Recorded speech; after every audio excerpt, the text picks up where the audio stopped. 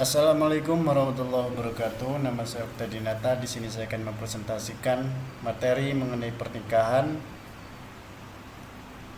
mata kuliah Hukum Perdata Islam di Indonesia. Langsung saja di sini pengertian dari pernikahan itu yaitu nikah merupakan perjanjian hukum atau akad untuk memperbolehkan seorang laki-laki memanfaatkan seorang wanita untuk menikmati kenikmatan yang awal mulanya merupakan suatu perkara atau perbuatan yang diharamkan menjadi suatu perbuatan yang diperbolehkan. Kemudian menurut Abu Islah, pernikahan adalah akad yang memberikan faedah hukum, kebolehan untuk mengadakan hubungan suami istri antara seorang pria dan seorang wanita, serta mengadakan tolong-menolong dan memberikan hak-hak dan kewajiban di antara keduanya. Kemudian selanjutnya menurut kompilasi hukum Islam, perkawinan adalah pernikahan, yaitu akad yang sangat kuat atau misakon kholizon untuk menaati perintah Allah dan melaksanakan ibadahnya. Selanjutnya menurut Undang-Undang Nomor 1 Tahun 1974 Pasal 1, perkawinan merupakan ikatan lahir batin antara seorang wanita dan seorang pria sebagai suami istri dengan tujuan membentuk keluarga atau yang disebut dengan rumah tangga yang bahagia dan kekal berdasarkan ketuhanan yang Maha Esa.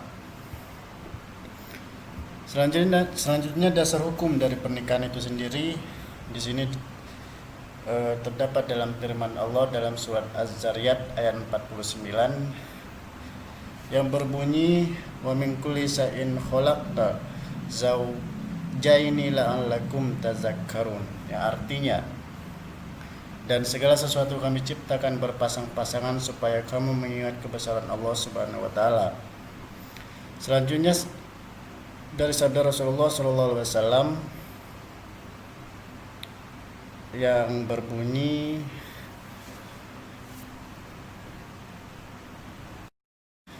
di sini dari sabda Rasulullah sallallahu alaihi wasallam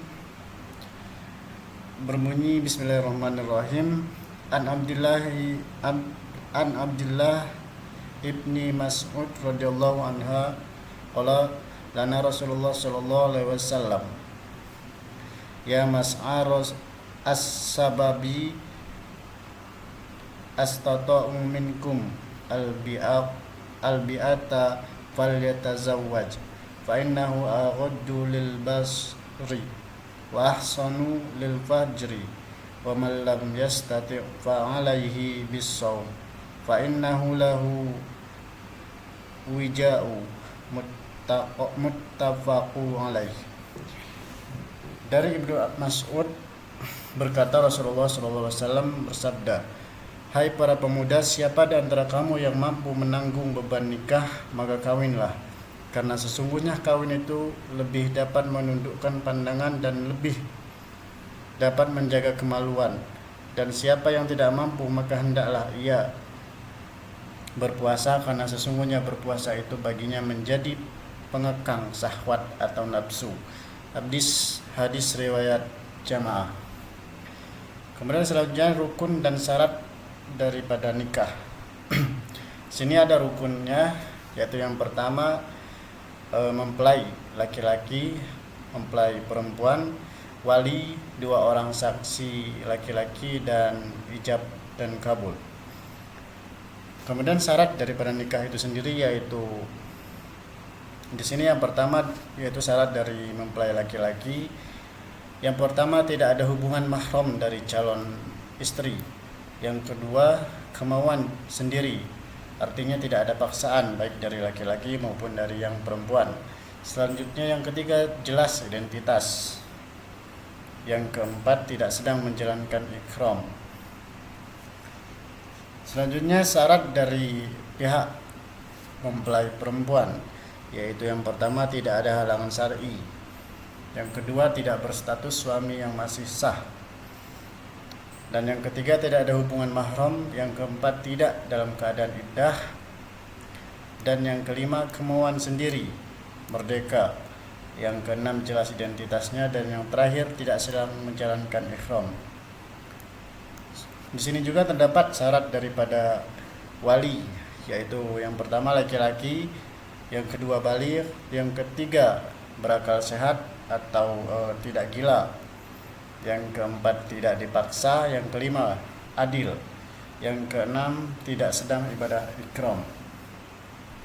Selanjutnya syarat dari saksi, yang pertama laki-laki, kedua baligh, yang ketiga sehat akalnya, yang keempat adil, yang kelima mendengar dan melihat, yang keenam tidak dipaksa, dan yang ketujuh tidak sedang ibadah ikram, dan yang terakhir paham bahasa yang digunakan untuk ijab dan kabul. Kemudian syarat yang terakhir yaitu syarat daripada ijab dan kabul. Yang pertama, ijab dilakukan oleh wali atau yang mewakilinya, sedangkan kabul dilakukan oleh mempelai laki-laki atau yang mewakilinya. Ini merupakan suatu syarat yang ketat. Keduanya harus mumayyiz. Yang kedua, dilangsungkan dalam satu majelis. Kemudian antara ijab dan kabul tidak boleh diselingi dengan perbuatan atau kalimat yang dapat memisahkan antara ijab dan kabul. Yang ketiga, keduanya tidak boleh kontradiksi. Yang terakhir atau yang keempat yaitu ijab dan kabul dilakukan melalui lisan serta dengar oleh masing-masing wali, saksi maupun kedua mempelai. Cukup sekian presentasi dari saya. Terima kasih atas segala perhatian, mohon maaf atas segala kesalahan. Saya akhiri, wassalamualaikum warahmatullahi wabarakatuh.